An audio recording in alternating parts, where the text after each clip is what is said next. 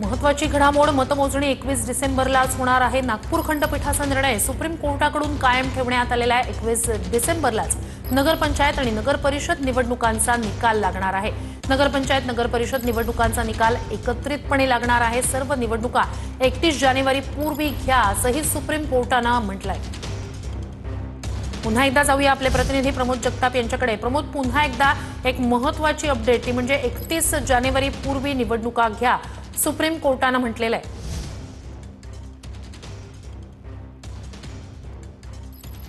अगदी श्रुती कोर्टाने पुनरुच्चार केला आपल्या जुन्या भूमिकेचा। कोर्ट असं म्हणाले की आम्ही तुम्हाला वेळापत्रक घालून दिलेलं आहे की 31 जानेवारी 2026 पूर्वीच निवडणुका घेतल्या पाहिजेत। त्याचा पुनरुच्चार आज कोर्टाकडून केला गेल्याचं बघायला मिळालं। कोर्ट म्हटलं की ठरलेल्या वेळेमध्ये मुदतीमध्ये विहित मुदतीमध्ये निवडणुका कशा होतील ते तुम्ही बघा, अशा पद्धतीची महत्त्वाची टिप्पणी सरन्यायाधीशांनी केल्याचं बघायला मिळालं। आणि कोर्टाने असंही म्हटलं की काहीही झालं म्हणजे उच्च न्यायालयामध्ये कुणीही याचिका दाखल करतं, खंडपीठामध्ये याचिका दाखल करतं आणि निवडणुका प्रलंबित करण्याचा प्रयत्न करतं, पण जे वेळापत्रक ठरवून दिलेलं आहे त्या वेळापत्रकामध्ये त्या याचिकेचा कुठलाही परिणाम न होता ठरलेल्या वेळेत विहित वेळेत निवडणुका झाल्या पाहिजेत अशा पद्धतीची टिप्पणी सरन्यायाधीशांनी केली। कोर्टाने असंही म्हटलं की नागपूर खंडपीठाने जो निर्णय दिलेला होता की 2 डिसेंबर आणि 20 डिसेंबर रोजी होणाऱ्या निवडणुकांचे पालिकेच्या निवडणुकीचे निकाल हे एकत्रित पद्धतीने 21 डिसेंबर रोजी जाहीर केले जावेत, त्या निर्णयावरती कोर्टाने शिक्कामोर्तब केलं। तो निर्णय सरन्यायाधीशांनी कायम ठेवल्याचं बघायला मिळालं। कोर्ट असंही म्हणालं श्रुती की जर काही कारणास्तव 20 डिसेंबर रोजी होणाऱ्या मतदानामध्ये काही दिरंगाई झाली,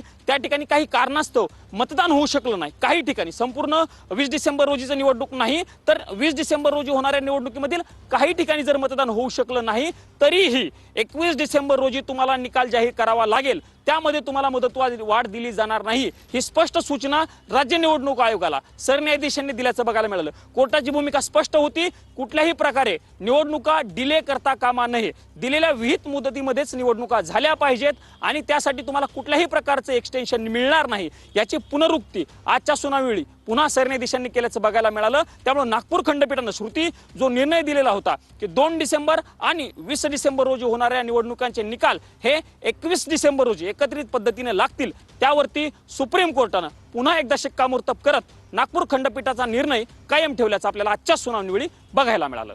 नक्कीच मोठी आणि महत्त्वाची अपडेट। तुर्तास धन्यवाद प्रमोद, तुम्ही दिलेल्या संपूर्ण माहितीसाठी।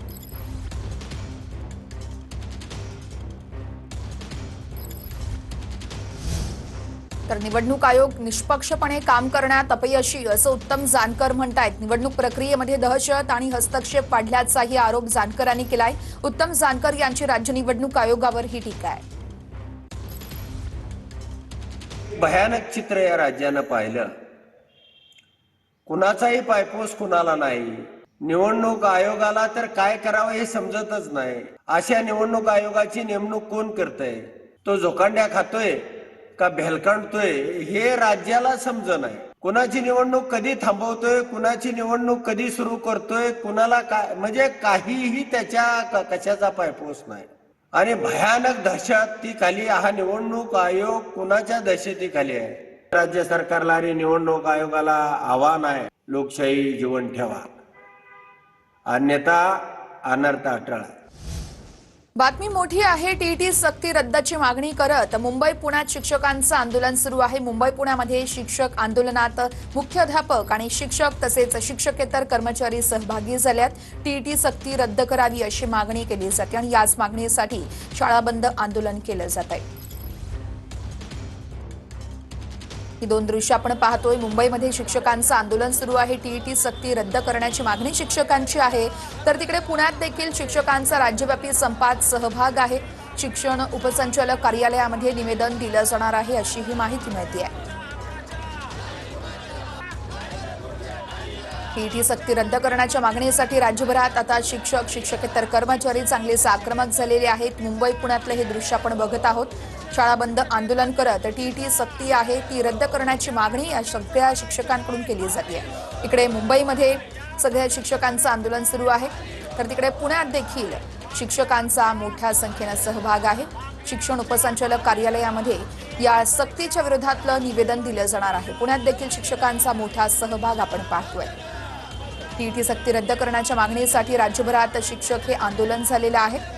ही जी सक्ती आहे त्या सक्तीने अनेक शिक्षकांच्या कामावरती गदा येऊ शकते आणि त्याच अनुषंगानं आता ही 3 दृश्य आपण पाहतोय मुंबई, कोल्हापूर आणि पुण्यामधली. मुंबईमध्ये शिक्षकांचं आंदोलन सुरू आहे तर तिकडे कोल्हापुरातील शिक्षक देखील चांगलेच आक्रमक झालेत. पुण्यामध्ये निवेदन दिले जाणार आहे. असतील इतर संस्था चालक असतील ते देखील आज शाळा बंद करून आज आंदोलनामध्ये सहभागी झालेले आहेत. काय सांगाल, काय मागण्या आहेत तुमच्या? राज्यातल्या 25,000 शाळा आज संपावर आहेत, बंद आहे. शिक्षकेतर कर्मचारी इथे देवीदास पंडागळे आलेले आहेत, शिक्षक भारतीय सुभाष मोरे आलेले आहेत, संस्था चालक संघटनेचे गिरीश सामंत आलेले आहेत मुंबईतलं निवेदन द्यायला. आमचे 3-4 मागण्या आहेत. एक तर TETचा मुद्दा आहे. सुप्रीम कोर्टाचा निर्णय असला तरी तुम्ही पूर्वलक्षी प्रभावाने TET सक्तीची नाही करू शकत. समवर्ती सूचीतला विषय आहे शिक्षण, त्यामुळे राज्य सरकारने तातडीने हस्तक्षेप करत TET पासून संरक्षण दिलं पाहिजे जे कार्यरत शिक्षक आहेत त्या सर्वांना. अन्यथा हे सगळे शिक्षकच्या नोकऱ्या जाणार आहेत. जे जो TET पास नाही त्याची नोकरी जाणार आहे सरळ सरळ पुढच्या 2 वर्षांमध्ये. काही लाख शिक्षक बाहेर जातील.